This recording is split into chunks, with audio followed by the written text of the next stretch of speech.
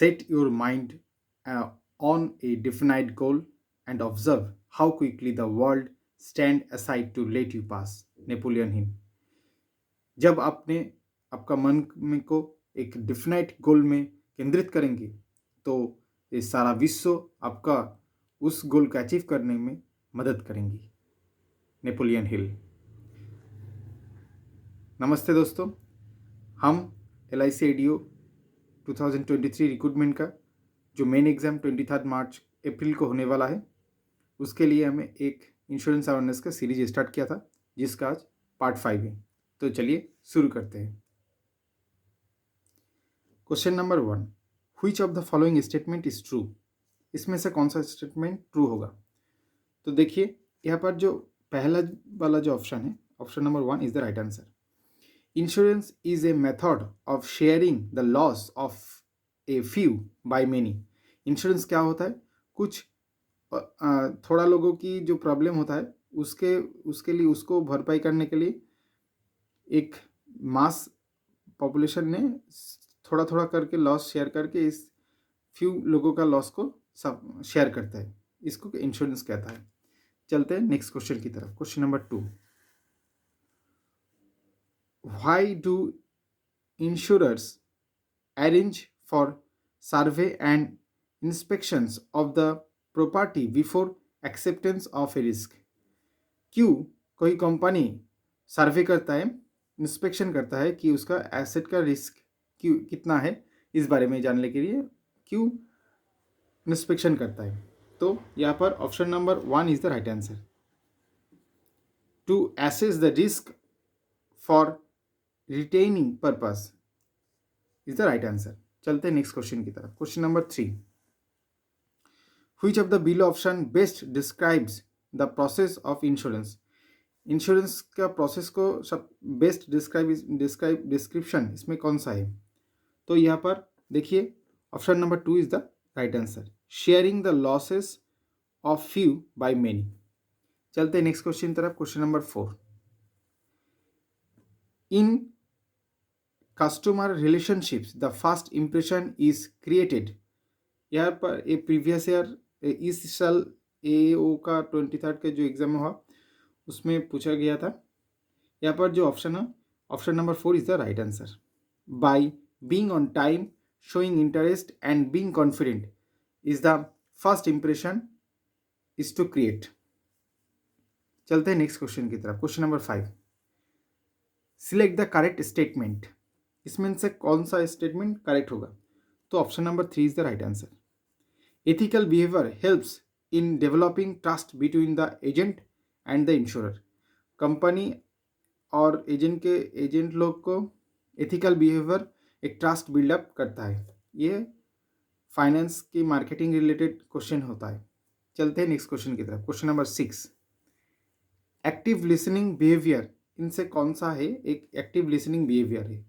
ये भी previous year question है। तो देखते हैं यहाँ पर ऑप्शन होगा option number 4, paying attention to the speaker, giving an occasional and nod and smile and providing feedback is the symptom of active listening. चलते हैं नेक्स्ट क्वेश्चन की तरफ। Question number 7, which among of the following is not a pre-request for launching a complaint with an ombudsman? तो pre request कौन सा नहीं है? Not a pre request, that is 7 option number 3। Question number 7 option number 3 is the right answer. Complaint has to approach a consumer from prior to the ombudsman is the right answer. चलते हैं next question तरफ। Question number 8, are there any fees or charges that need to be paid for lodging the complaint with the ombudsman? ombudsman की कोई application करने की क्या इसमें कोई फीस होता है या नहीं? तो ऑप्शन इज नो फीस और चार्जेस नीड टू पे इज द राइट आंसर। चलते हैं नेक्स्ट क्वेश्चन की तरफ। Question number 9, can a complaint B launched against A private insurer, कोई प्राइवेट इंश्योरेंस कंपनी के अगेंस्ट की कोई केस लॉन्च करा जाएगा और नहीं। तो यहाँ पर option number 2 is the right answer. Yes, complaint can be launched against private insurers, कोई प्राइवेट इंश्योरेंस कंपनी के अगेंस्ट केस लॉन्च करा जाएगा। चलते हैं नेक्स्ट क्वेश्चन की तरफ। Which of the below is not correct with regards to insurable interest? इसमें से कौन सा एक is not correct insurable interest के लिए? तो देखते हैं, option number 3 is the right answer. Friends taking out insurance on one another, एक दोस्त और एक दोस्त के लिए इंश्योरेंस नहीं ले पाएगा, क्योंकि यहाँ पर कोई वो जो कहता है जो इंटरेस्ट नहीं है, इंश्योरेबल इंटरेस्ट नहीं है। लेकिन एक father takes out insurance policy on his own, ये ले सकता है, स्पाउस ले सकता है, एम्प्लॉय ले सकता है, लेकिन एक फ्रेंड्स और एक दूसरे फ्रेंड्स के लिए इंश्योरेंस नहीं ले सकता। चलते नेक्स्ट क्वेश्चन की तरफ। Question number 11, when is the essential for insurable interest to be present in case of life insurance? Insurable interest कब एसेंशियल हो जाता है? क्वेश्चन नंबर 11 का right answer 1, at the time of taking out insurance, जब कोई insurance taking out करता है तब ये इंश्योरेबल इंटरेस्ट है या नहीं है ये देखना पड़ता है। चलता है नेक्स्ट क्वेश्चन की तरफ। Question number 12, find out the proximate case for death in the following scenario. एक सिनेरियो बेस्ड क्वेश्चन है, देखा जाए क्या है। Ajay falls off a horse and break his back. He lies there in a pool of water and contracts pneumonia. He is admitted to the hospitals and dies because of pneumonia. So here we need to find the cause of death. Cause यहाँ पर the cause of it क्या हुआ? Is the falling of horse is the right answer. क्योंकि अगर अजय घोड़ा से अगर नहीं पड़ जाता तो उसको बैक में चोट भी नहीं लगता और वो वाटर में नहीं गिर जाता, तो न्यूमोनिया की कॉन्टैक्ट में आने का कोई चांस भी नहीं था। तो क्योंकि जब वो हॉर्स से पड़ गया, घोड़ा से पड़ गया, तभी उसका कॉन्टैक्ट में आने का चांस बढ़ गया न्यूमोनिया से, और फिर बाद में न्यूमोनिया से उसका क्योंकि डेथ हुआ, तो main root of the cause of death is falling off a horse is the right answer. Falling off horse is the right answer. चलते हैं नेक्स्ट क्वेश्चन की तरफ। Question number 13, which of the below is the most appropriate explanations for the fact that young peoples are charged lesser life insurance premium as compared to old peoples? ये बहुत easy question है, क्योंकि mortality rate is relate to age. जब कोई व्यक्ति का उम्र बढ़ जाता है तो उसका मरने का chance, that is mortality rate, बढ़ जाता है। इसलिए ओल्ड पीपल के लिए इंश्योरेंस प्रीमियम ज़्यादा हो जाता है यंग के तुलना से। चलते हैं नेक्स्ट क्वेश्चन की तरफ। Question number 14, which of the below is not an advantage of cash value? इसमें से कौन एक कैश वैल्यू का एडवांटेज नहीं होता है, नॉट एन एडवांटेज? तो यहाँ पर lower yields, that means low interest is the right answer. देखा जाए तो कैश वैल्यू और एंडोमेंट प्लान में थोड़ा इंटरेस्ट कम आता है अगर उस उन अदर जो इन्वेस्टमेंट इस टूल्स है उसके तुलना में। इसलिए यहाँ पर जो एक डिसएडवांटेज होता है that is lower yields is the right answer. चलते हैं नेक्स्ट क्वेश्चन की तरफ। Which of the below is an advantage of cash value insurance contract? इसमें कौन सा एक एडवांटेज होता है कैश वैल्यू इंश्योरेंस कॉन्ट्रैक्ट की? तो यहाँ पर जो आंसर होगा वो है option number 4, that is secure investment. ये जो कैश यहाँ पर इंश्योरेंस में इन्वेस्टमेंट जो एंडोमेंट प्लान्स हो जाए, जैसे जीवन लाभ, जीवन लक्ष्य, इस तरफ से जो प्लान है उसमें अगर इन्वेस्ट करा जाए तो वो एक सिक्योर इन्वेस्ट होता है। तो ये है एक एडवांटेज हो जाता है कैश वैल्यू इंश्योरेंस कॉन्ट्रैक्ट में, दैट मीन्स एंडोमेंट प्लान में। क्योंकि ये इज ए सिक्योर्ड इन्वेस्टमेंट। अगर आप चाहते हैं तो कमेंट करिए कि LIC का हर एक प्रोडक्ट के एग्ज़ाम ओरिएंटेड जो क्वेश्चन आने वाला है उस सेक्शन में अगर आप चाहे तो प्लीज़ कमेंट में इन द कमेंट सेक्शन कि आप उस बारे में भी एक वीडियो चाहता है। तो मैं अगर आप बोले तो मैं उसके भी एक एग्ज़ाम ओरिएंटेड क्वेश्चन लेकर आऊँगा और उसमें जो हर एक प्रोडक्ट है उसका जो एग्ज़ाम रिलेटेड क्या क्वेश्चन आ सकता है इस बारे में भी एक वीडियो आप चाहते तो मैं बना कर दूंगा। तो चलते हैं नेक्स्ट क्वेश्चन की तरफ। Question number 16, which of the below can categorised under wealth accumulation product? इसमें से कौन एक वेल्थ एक्यूमुलेशन प्रोडक्ट होता है? तो यहाँ पर option number 4 that is share is the right answer. ये एक वेल्थ एक्यूमुलेशन प्रोडक्ट होता है। यहाँ पर वेल्थ को एक्यूमुलेट करके एक बड़ा रकम हमको दे सकता है अगर अच्छे से इन्वेस्ट करा जाए तो। चलते हैं नेक्स्ट क्वेश्चन की तरफ। Question number 17, dash is a rise in the general level of prices of goods and service in the economy over period of time. यहाँ पर जो ऑप्शन है option number 2 that is stagflation is the inflation is the right answer. Option number 2, inflation is the right answer. Inflation is a rise in the general level of price of goods and service in a economy over period of time. कुछ period of time के अंदर कोई जो amount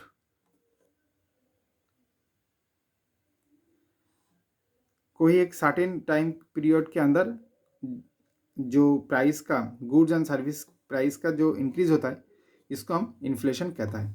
चलते हैं next question की तरफ।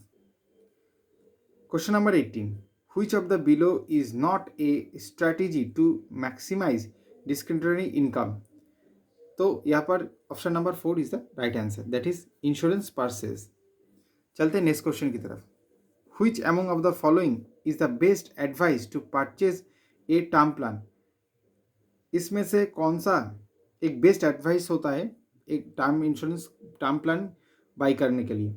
तो यहाँ पर जो कंडीशन देखिए यहाँ पर 3 जो थर्ड नंबर जो कंडीशन है, and individuals who needs insurance but has a low budget, जिसको एक इंश्योरेंस का ज़रूरत है लेकिन उसका बजट बहुत कम है उसको टर्म इंश्योरेंस प्रेफर करा जाता है। तो यह होगा option number 3 is the right answer. चलते हैं नेक्स्ट क्वेश्चन की तरफ। Question number 20, which of the below statement is incorrect with regards to decreasing term insurance? इसमें से कौन सा एक इनकरेक्ट होता है स्टेटमेंट डिक्रीजिंग टर्म इंश्योरेंस के लिए? तो देखते हैं यहाँ पर option number 2 is the right answer, क्योंकि यहाँ पर क्या देता है कि premium amount decrease with the term coverage. No, ये गलत होता है। तो this is a incorrect statement, क्योंकि डिक्रीजिंग इन टर्म इंश्योरेंस में भी जो प्रीमियम होता है वो फिक्स रहता है। तो यहाँ पर option number 2 is incorrect statement is the right answer. Question number 21, which of the below statement is correct with regards to endowment assurance plans? इसमें से कौन सा एक स्टेटमेंट करेक्ट होगा एंडोमेंट एश्योरेंस प्लान्स के लिए? तो यहाँ पर option number 3 is the right answer. It has both a death benefit as well as a survival component. इसमें एक डेथ बेनिफिट भी रहता है और एक सर्वाइवल कंपोनेंट भी रहता है। सर्वाइवल कंपोनेंट दैट मीन्स एक मैच्योरिटी के बाद एक लमसम अमाउंट हमको मिलता है। तो डेथ बेनिफिट भी रहता है और सर्वाइवल कंपोनेंट भी रहता है। तो this is the correct statement regarding endowment assurance plans. चलते हैं नेक्स्ट क्वेश्चन की तरफ। Question number 22, which of the below is an example of endowment assurance plans? इसमें से कौन सा एक एंडोमेंट एश्योरेंस प्लान्स होता है? तो option number 3 is the right answer that is money back plan. Money back plan जैसे LIC में 20 years money back plan, 25 years money back plan भी है, जीवन शिरोमणि है, बहुत अच्छे प्लान है और करोड़ों का एक पॉलिसी होता है जीवन शिरोमणि, वो भी एक मनी बैक प्लान होता है। अगर आप चाहते हैं तो मैं इस बारे में भी एक वीडियो बनाऊंगा। अगर please comment me in the comment section अगर आप चाहते हैं तो। चलते हैं नेक्स्ट क्वेश्चन की तरफ। Question number 23, which of the below is correct with regards to universal life insurance, इसमें से कौन सा एक करेक्ट स्टेटमेंट होगा इन यूनिवर्सल लाइफ इंश्योरेंस प्रोडक्ट के बारे में? तो देखते हैं पहले यूनिवर्सल लाइफ इंश्योरेंस प्रोडक्ट है क्या। फर्स्ट, इसमें कौन से देश में ये फर्स्ट चालू हुआ था? यूएसए में। ये भी एक प्रीवियस ईयर का पूछने वाला क्वेश्चन है। तो यूनिवर्सल लाइफ इंश्योरेंस प्रोडक्ट क्या होता क्या है? एक type of universal insurance product है जिसमें क्या होता है, कि यहाँ पर जो पेमेंट्स, जो प्रीमियम होता है वो फ्लेक्सिबल होता है और इसका डेथ बेनिफिट भी फ्लेक्सिबल होता है। क्या होता है? डेथ बेनिफिट भी फ्लेक्सिबल होता है और इसका जो प्रीमियम, पॉलिसी का प्रीमियम होता है वो भी फ्लेक्सिबल होता है और इसका जो कैश वैल्यू पे आउट होता है वो ज़्यादा होता है, जब ज़्यादा भी हो सकता है और कम भी हो सकता है। वो डिपेंड करता है कि कंपनी किस रिटर्न में साथ वो उसको दे रहा है। जब कैश वैल्यू लो हो जाता है मीन्स तब प्रीमियम हाई पड़ जाता है। तो एक टाइप का लाइफ इंश्योरेंस प्रोडक्ट है जिसमें क्या है, स्टेटमेंट 1, यहाँ पर statement 1 and 2 both are true, तो therefore there are the characteristics of the universal life insurance product. तो देखते हैं क्या है, it allows policy owner to vary payments, that means premium का आपका मर्जी, आपके ऊपर डिपेंड करता है आप कितने प्रीमियम पे करेंगे। उस हिसाब से उस साल के लिए आपका जो सम एश्योर्ड रहता है, दैट इज डेथ बेनिफिट रहता है, वो वेरिएट करता है। Policy owner can earn market based rate of return on cash value, इसमें के जो प्रीमियम एज ए पेमेंट करता है उसमें से कुछ इंश्योरेंस कवर करता है और कुछ कैश वैल्यू में जाता है। तो जब पॉलिसी ओनर अर्न करता है वो पर मार्केट की बेस पर उस पर रिटर्न मिलता है कैश वैल्यू पे।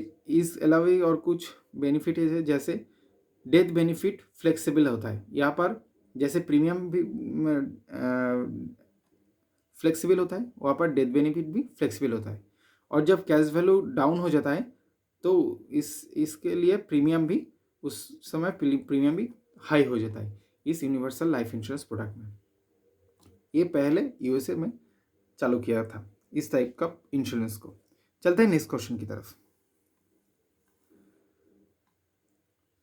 All of the following is true regarding ULIPs except, इसमें से कौन सा एक स्टेटमेंट है जो यूलिप के लिए ठीक नहीं है? तो देखता है, option number 2 is the right answer. Life insurance provides guarantee for unit values, no it's wrong. तो ये ऑल ऑफ द, इसमें ये ट्रू नहीं होता है। और जो ऑप्शन है और सब ठीक है, लेकिन ये ऑप्शन ठीक नहीं है क्योंकि यूलिप कोई गारंटेड प्रोडक्ट नहीं है। ये डिपेंड करता है आपका इन्वेस्टमेंट के ऊपर। आप जो स्टॉक में इन्वेस्ट किया है आप उस तरफ से आपका यूलिप का मार्केट, शेयर मार्केट के उतार चढ़ाव के साथ आपका इंश्योरेंस वैल्यू भी चेंज होता है। तो यहाँ पर कोई गारंटी वैल्यू नहीं देता है। चलते हैं नेक्स्ट क्वेश्चन की तरफ। Question number 25, as per IRDA norms and insurance company can provide which of the below non-traditional savings life insurance products are permitted in India? इसमें से IRD के थ्रू कौन, ये जो दो ऑप्शन है इसमें से कौन सा इंश्योरेंस प्रोडक्ट इंडिया में चालू है और any insurance company can sold to the consumer? इसमें से कौन सा है? Choice 1 that is ULIP, ULIP, that is unit link insurance plan. ये yes, this is so can any insurance company can sold in India. और variable insurance plan ये भी होता है। तो अकॉर्डिंग टू IRDA नॉर्म्स ये both 1 and 2 can be sold in Indian market. Okay, तो इस वीडियो में सिर्फ इतना ही। और हमारा जो 200 का सेशन चल रहा है और भी चलेगा कुछ दिन एग्ज़ाम तक। अगर आप चाहते हैं तो इस तरफ से वीडियो पाने के लिए तो हमारे चैनल के साथ जुड़ जाइए। और इस वीडियो से अगर आपको कोई मदद मिले तो hit the like button and do subscribe, क्योंकि हम LIC की एडीओ और अपकमिंग असिस्टेंट्स के एग्ज़ाम के हर तरह की preparation guides and notes provide करेंगे। आप हमारे टेलीग्राम चैनल के साथ भी जुड़ सकते हैं, वहाँ पर इसका PDF भी हम प्रोवाइड करते हैं। तो thank you for watching, all the best.